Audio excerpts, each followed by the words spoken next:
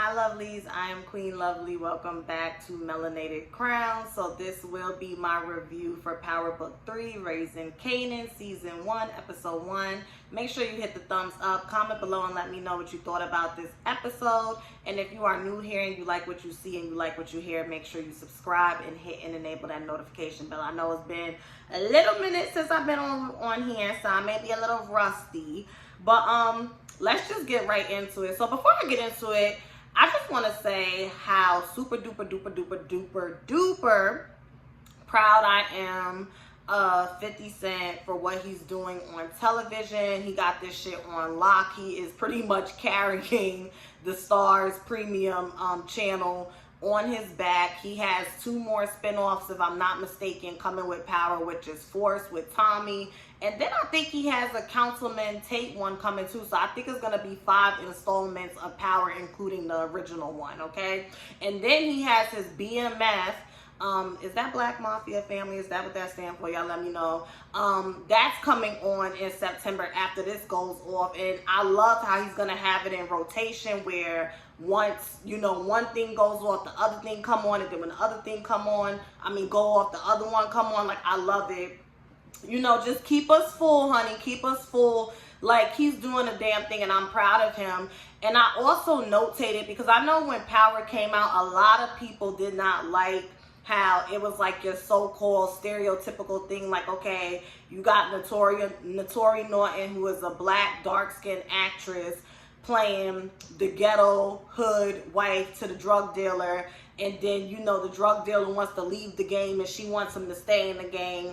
And then his Puerto Rican lover, who's the lawyer and on the straight and narrow, at least at the time, comes in and is supporting him. So a lot of fans didn't like that. So I kind of feel like they listened to what the fans had to say. Because one thing that I did notice and I really admired and was proud to see was, in this series, there are a lot of dark-skinned black actors and actresses, okay? So it's good to see the diversity, and I'm just very happy that they're listening to fans and they're taking things into consideration when they cast. So that's cool. Let's get right into it. 1985, we open up. Kanan is getting his ass whooped, okay? He is getting whooped like a slave baby on that playground. We are also introduced to Jukebox. She's being held back. It's given very much so Forrest Gump, when Forrest Gump was getting beat up and they was holding Jenny back. Okay, the only difference is she told Forrest to run, and here when Kanan was running, Jukebox was like, get back here, where you going? Like, you can't run away. Like, this is Southside Jamaica, Queens. This not gonna be a good look if you run away. So honey, he run out that playground, run home, run, nose bleeding, mouth lip busted, run up in that house. He knew to run past his mama, because he knew once his mama got a hold of him, she was gonna make his ass get right the fuck back up out that bed and go to that goddamn park. And I got so many flashbacks. So if you don't know, I'm from Queens. I was born in Yonkers on Bruce Avenue. My mother moved us to the suburbs in Pennsylvania, and then when we came back to New York when I was about 8 or 9, around that area, we settled in Queens, and that's where I grew up until I went away to college, okay? And I remember living on South Road, which is right around the corner from 40 Projects. And I'm not a fighter. I have never been a fighter. And I also, on top of not being a fighter, I wasn't a mouthy bitch, okay? I'm the type of person where I'm very quiet at first. And then once I get comfortable, I open up.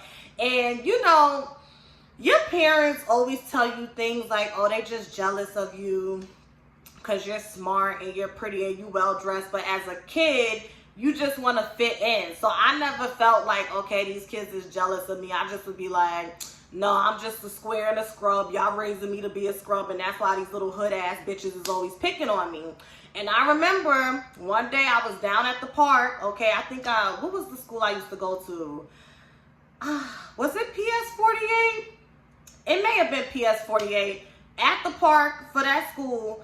And these girls was just picking on me, and they jumped me. And I remember I went home, and my mother, because she's crazy, she's a Leo, I'm a Sagittarius, my mother's a Leo, okay? She went home, and when I went home, and she and my daddy took me back to that park, and she made me fight one of those girls. She did. Now, one thing is, like, when I would be in school, my mother would always give me, my mother was like half white, half black, so, you know, even though she was crazy, you know, sometimes she would be a little docile, we'll just put it like that, because she would tell me when I'm in school, if somebody hits me, to tell the teacher, and then if they hit me again, then break loose and beat their ass. But my rule was, if you hit me or you're going around telling people you're gonna fight me, I'm gonna beat your ass before you beat my ass, okay? I done lost some fights because I'm not the best fighter, but I will always get in trouble for that. Like, if I swung on somebody first, my mother would hate that, but I don't give a fuck. I'm the one that gotta go to school, not you. So when Kanan ran up in the house, there was the mother, Raquel, played by Patina Miller. I hope I pronounced that right. She was sitting there and they bagging up the crack or whatever, and 50 Cent is narrating the story, by the way. So he's basically saying, like, the dude that she's sitting at the table with is the dude that introduced her into the game and how he really liked them, because, you know, he always treated his mom right or whatever the case may be. But this is 1985, and clearly by 1986 the nigga done got set on fire because he was snitching. So that was the last we see of him in this series, okay? And basically the dude was like, do you want me to go and talk to Kanan? And she's like, no, I'm gonna go talk to my son. And he's like, listen, I don't think your son is built for Southside. And she said, no, he is. And she like, why you crying, Kanan? They beat me up and took my money. What I told you about showing people your money, I didn't show them. So you talking about it. That shit had me cracking up, because she's not that type of mom that's just gonna let you sit there and wallow in your misery. She gonna hold you accountable. So she put some rocks and some socks or whatever the fuck he had on his desk up there, some toys. She said, let's go. They went right back down to that park, and she made him walk up and beat their ass, and she stood in the background. Ooh, I hated the hairdo. I hated the glasses. I hated the coat. I was so happy when we did the time jump to 1991, and she done went and, you know, found her groove and shit. I said, now you looking, but that shit you had going on, I just was like, I don't like that. So he beat their asses, and, you know, that's when he, you know, the first time people was like, oh shit, like he whooping them, okay? And she standing in the shadows, looking a mess, smoking her cigarette, but she was proud of her baby boy. So now we jump to 1991. They are going to what is it, Queens Art and Science. So what's that, Jamaica high school? Because are they in high school now or middle school? I don't know. But, you know, it's your regular New York City public school. You know, people not going to class right away, getting into fights in the hallway. And we see Kanan sitting in the principal's office with his mother. And the principal is like, your son is so bright. He's intelligent. If he gets into Stuyvesant High School, which in real life, Stuyvesant High School is one of the best high schools in the country.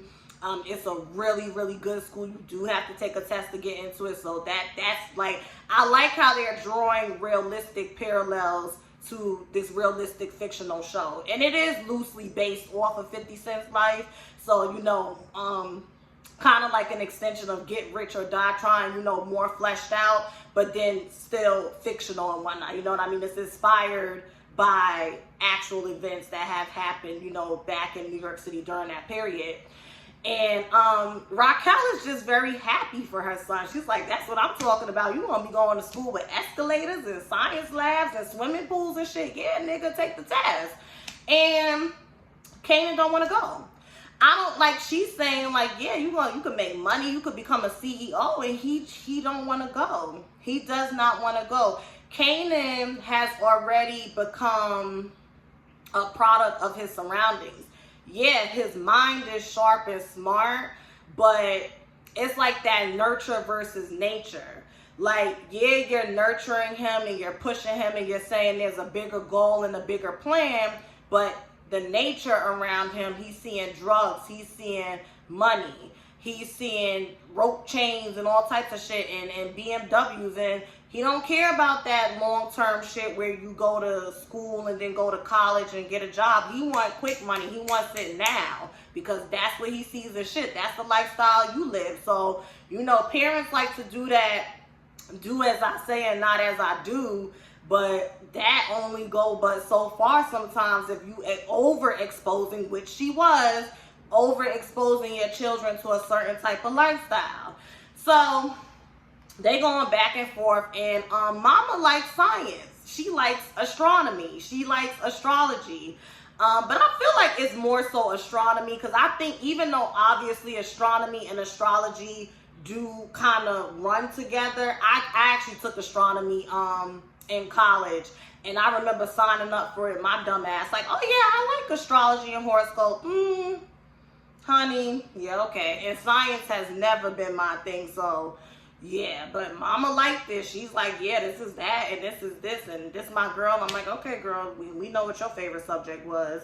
And yeah, they did a good job with the big cell phone and the cars and the looks. I just wanted to say that they did a very good job, because you know, you know what I thought about? Remember the TLC movie when they had a bottle of Ciroc in there? Like, how you slip up and have a bottle of Ciroc in a club scene that's supposed to be dated in the 90s. So they did a very good job with like the cars and everything and the look and the ambiance. Like they taking us back to the 90s. So then jukebox, okay? So once again, we are introduced to jukebox. And one thing I like about this show when they do these prequels is you are seeing how before they became some sociopathic, murderous, drug dealing, you know, pieces of shit, okay, menace to society, they were regular kids who had talents, who had smarts and whatnot, and then, you know, whatever, life just happened and they got swept up in it. So Jukebox, she was a singer, honey. She was given very much so Lauryn Hill and Sister Act, okay? Her dad gives very much so. Singing does not pay the bills. Singing does not put food on the table. We gonna get to his ass in a minute, because he had me cracking up too. And, you know, they go to lunch, and then he runs into Davina Harrison. I think that's her last name. I know her first name is Davina. And she is played by the beautiful black actress. I don't know her name, but she played Zora in Greenleaf. So I recognize her face, and I was able to make that parallel. Once again, I'm loving how they have a lot of dark skin and brown skin actors and actresses in this third installment of Power. Really loving it. And Kanan has a crush on her. Kanan has a crush on her. It's your typical, she like, oh, that's Kanan. Hey, how you doing? Whatever the case may be. She's oblivious to the fact that he's sweating her, because, you know, she's running around with the big drug dealer, okay? So we're introduced into, you know, his crew, Fame, and what's the other dude's name? I just remember Fame, because Fame is the Puerto Rican boy who was spitting a rap, and they call him Fame because he had won a radio contest, so that's his nickname. And they kicking it in the lunchroom. And basically, this is so here's the thing, right? Later on in the show, we see Kanan kill, what's his name, Buck 20. And I honestly just feel like Kanan was always jealous of Buck 20, because Buck 20 is like the flyest, get money dude around. Very nice looking. He's also the boyfriend to Davina Harrison, the girl he's been crushing on since 2nd grade. And again, he's saying all of these things like, you know, every hood and every school got a Buck 20, and for every Buck 20, there's a Davina Harrison on his side. So he's feeling inadequate. He's feeling small. Once again, coming back to, I don't give a fuck about being smart and going to Stuyvesant. That shit is not social currency to me. You know what I mean? As a teenager growing up in Southside Jamaica, Queens, I want to get money, and I want to have status, and I want to be the flyest dude on the block that everybody's trying to get next to, or everybody's scared to get next to because they know I get busy. Like, that's how he's thinking. So someone from Raquel's crew, Ray, gets shot. And Raquel is coming in the hospital with her oldest brother, no, her youngest brother, Lulu. So her youngest brother, Lulu, is her right-hand man. You could tell that he's very level-headed. He doesn't say much unless he has to. He doesn't really throw his dick around and throw his weight around. He's very cute. Can't wait to see the sex scenes. You know, Power always comes with the sex scenes. I always got my eye candy. So right now, it's Symphony and it's Lulu. I'm waiting. I'm waiting to see some dick swing from both of them, okay? And then you got Marvin. Marvin is Raquel's oldest brother. And this shit had me cracking up. He said, Marvin never misses an opportunity to miss an opportunity. That shit was so funny to me because Raquel was like, where the fuck was you at when he got shot? And you telling me that these Harlem niggas is moving in. When was you gonna tell me? Oh, I just found out. And so we starting to see it. Some of this is kind of predictable. There's a power struggle between the oldest brother and I guess Raquel is the middle sibling, but clearly, you know, women, we're smarter. She has the brains, and then the little brother is the right-hand man because, again, he seems very calm. He seems very measured. So she leaves. They go to this club to check Hugo because they're going to be running drugs through Hugo. Now, is it me or is this club look like Truth? I'm not mad. It's called economizing, okay? It's called reusing your resources. But, I mean, y'all could have just made it look a little more like, you know, like a little more like the tunnel or something like that. But, you know, it's cute. It's cute. Don't ban me from G Unit Headquarters 50. I love the show. I'm just pointing it out. And this white lady who's the publicist, 20 on 10, putting 20 on 10. You're the drug dealer. Yeah, it's just ghetto shit. It's not good for the club. We're gonna use my connect. And Raquel was like, bitch, you don't know who you fucking with. I will beat you and your dog up. And later on, she ended up putting little Miss Pup in that fucking microwave, okay? And the people had me cracking up on Twitter. They said, 50, watch, the people from the PETA campaign gonna be in your IG comments come Monday. For showing animal abuse. That shit had me cracking up. So Raquel goes to the bar because once again, Lulu is like, let me just, you know, have a conversation with her. You go to the bar and go calm down because he knows his sister Rock. Come on, Rock. She's live wire. And we meet Symphony. I like Symphony, okay?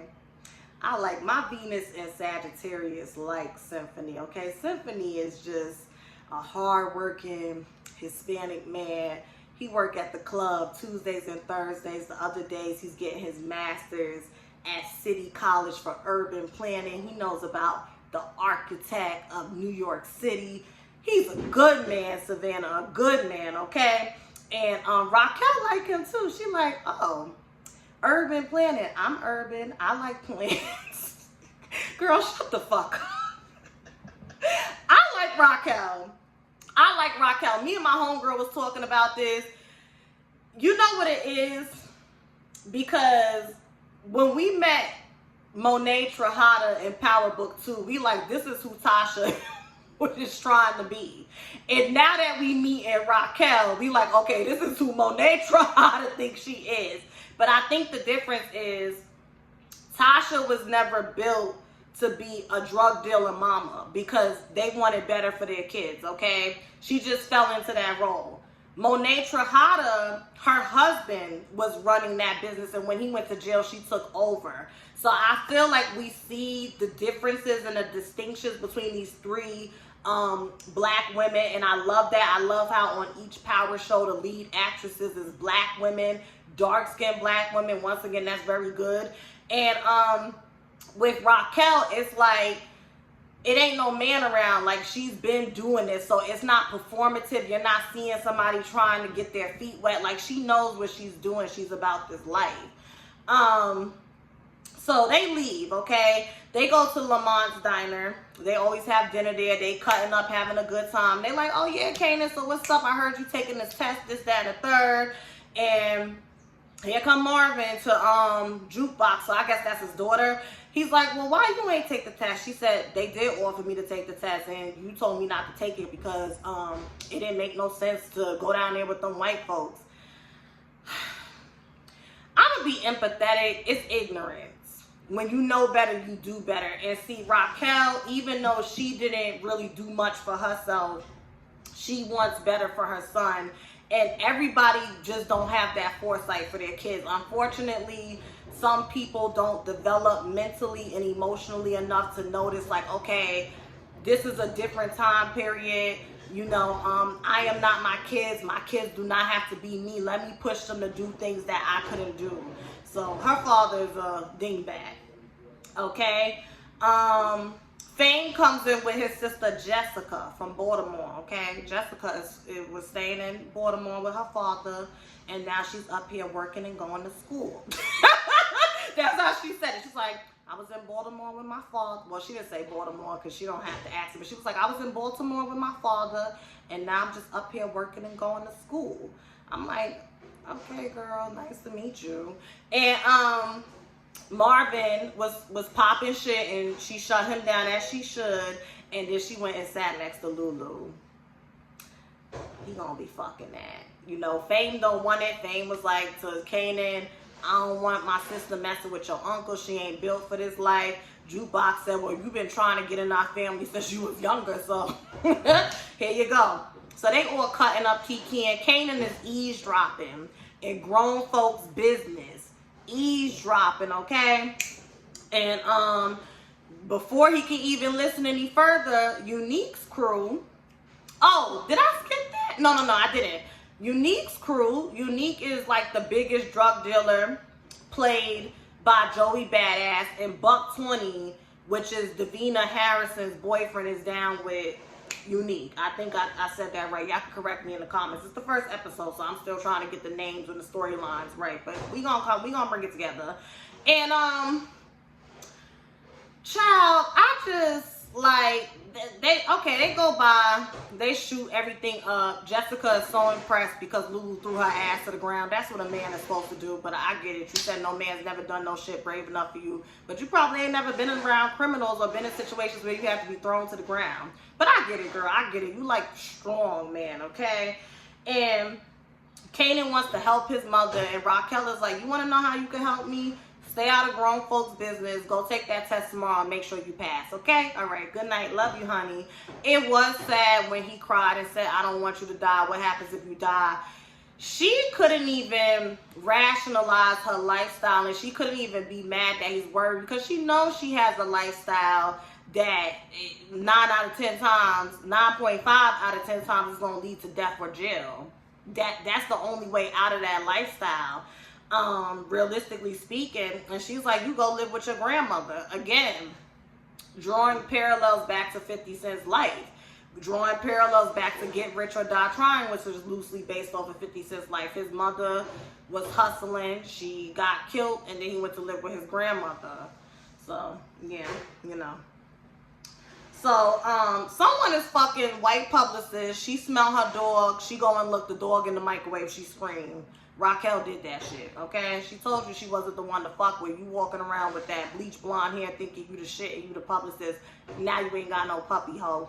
So, Kanan go, he just bubbles and B, gets up and leaves because he got to go help his mama, okay? We see Jukebox. Now, this was cute. Jukebox goes to see this white girl, and Jukebox got a crush on her because she's gay.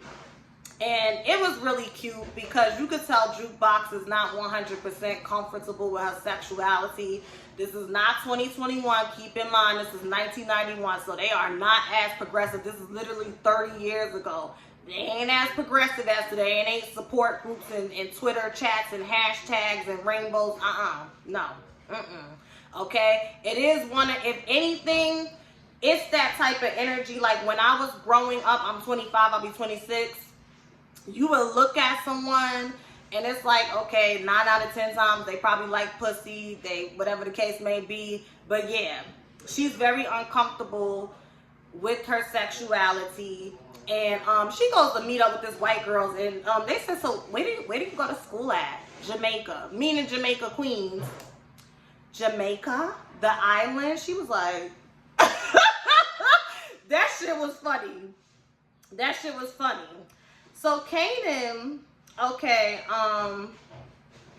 Kanan goes to the pizza shop to meet up with his friends, and D Wiz tells Kanan that $120 is on his mother block selling drugs, but does not realize that Raquel went and met with Unique, and they came to an agreement to split that territory so that neither one of them would go to war, because they both can't afford to go to war. They don't want that attention on them. And you know, when you in the midst of war, money gets lost as well. Okay, but let Raquel tell it. What she said, strength comes from my pain, motherfucker. I said, I know that's right, Rock. Rock. I like her. I really like her. I like what they did with her character. So they decide to go and fucking light them niggas up, and he killed $120. You just wanted to kill $120 so that you could have Davina Harrison and you could be the new $120. I do believe that he was trying to help his mom, but you already had pressure with him, okay? You already had a little haterade with him. And this just goes to show Kanan has always been reckless. It has not always been the brightest bulb in the chandelier, because I'm just like, child, whatever. Killed that boy. I felt bad for $120. He was cute too. He was cute. I was like, why you kill that boy? So Symphony asks Raquel on a date, and like I said, she's impressed with his education about architect and whatnot. And then Lulu comes in and is like, Kanan, and she is laying into his ass like it was squash. We had a truce. He thinking he's saying something. Well, he was on your corner, this, that, and the third. She said, so you mean to tell me you killed the kid that was hustling on the corner I gave him? That nigga ain't have nothing to say. And I think even though in order to be in that business, you can't give a fuck about anything, I think Raquel felt really bad about that, like as a mom, like because she emphasized that, like, you killed the kid. You know, like usually when it comes to young black boys, people automatically like to say men. Like, she emphasized that, like, you killed a kid. That's a kid's blood on you. So then this shit had me screaming. This had me screaming. Marvin says the jukebox, and where the fuck was you when all this stupid shit was going down? Eating pussy. Nah, let me stop. She couldn't say that. She looked to the left and the right, and she said, choir practice. Singing. She was singing. That shit had me cracking up. Singing does not pay the bills. Singing does not keep Kanan from killing people. Singing Singing does not put food on the table. Singing does not put the drugs in the bag. Okay, jukebox? Get your head out the clouds. Singing. She was singing. He was so disgusted. That shit had me cracking up. Raquel and her older brother, Marvin, they got pressure, because when Kanan said, well, why would you give him the corner? Marvin said, that's what I said. And she turned and she laid it to him. She said, oh, you want to go and start your own shit? Because history has shown you don't know what the fuck you doing. Yeah, they gonna have some shit. They gonna have some shit. You can tell that Lulu plays the middleman between Marvin and Raquel. So Kanan goes outside to take the trash out, whatever the case may be. She says that she may be sending him to live with his grandmother. And honey, they try to light him up. Omar X comes up on the scene with his spread out face and his no neck, like he the Picasso of the ghetto, getting out the car. He's giving very much so Training Day, Denzel Washington, Dirty Detective. Okay, talking about, oh, his balls finally dropped. Well, I heard that there's prices on all of him and his boys' heads. So, you know, Marvin and Lulu is just kind of like, yeah, like, you gotta figure out something to do, because you ain't gonna be able to protect this boy. Okay? Kanan knows Jukebox was with the white girl. I love their relationship. It's cute. And that's pretty much it. You know, Raquel goes to try to give Unique some money for $120's family, and he's like, nah, I want all the corners now because we had a truce. And he has the right. He has the right. Kanan, you fucked up. You had one job that nobody even called you back for or hired you for, and you still didn't understand the assignment.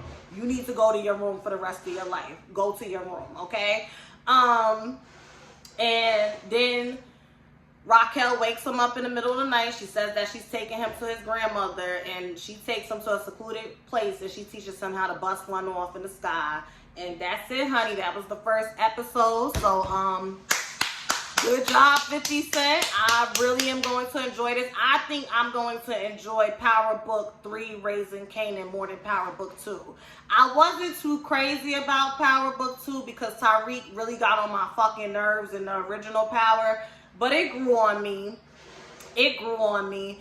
But I think the acting and the storylines and just the way it runs, I think I'm going to enjoy this better. And I naturally just like timepieces, especially based in New York in the 80s and 90s and stuff. It's very interesting to see. And, you know, I'm from Queens, so it was cute, like, when they went to the Coliseum block and stuff. And, you know, I'm just very familiar with some of the landmarks. So it's just cool to see that in TV shows. But I'm going to support and watch anything 50 Cent does. I buy his books. I watch his shows, his movies, listen to his music. It's, you know, we team 50 Cent over here. That's my problematic fave. You know, it is what it is, honey. But, yeah, it was very good. And this is my review. Thank you so much for watching. Let me know what you think below and have a good day. Bye.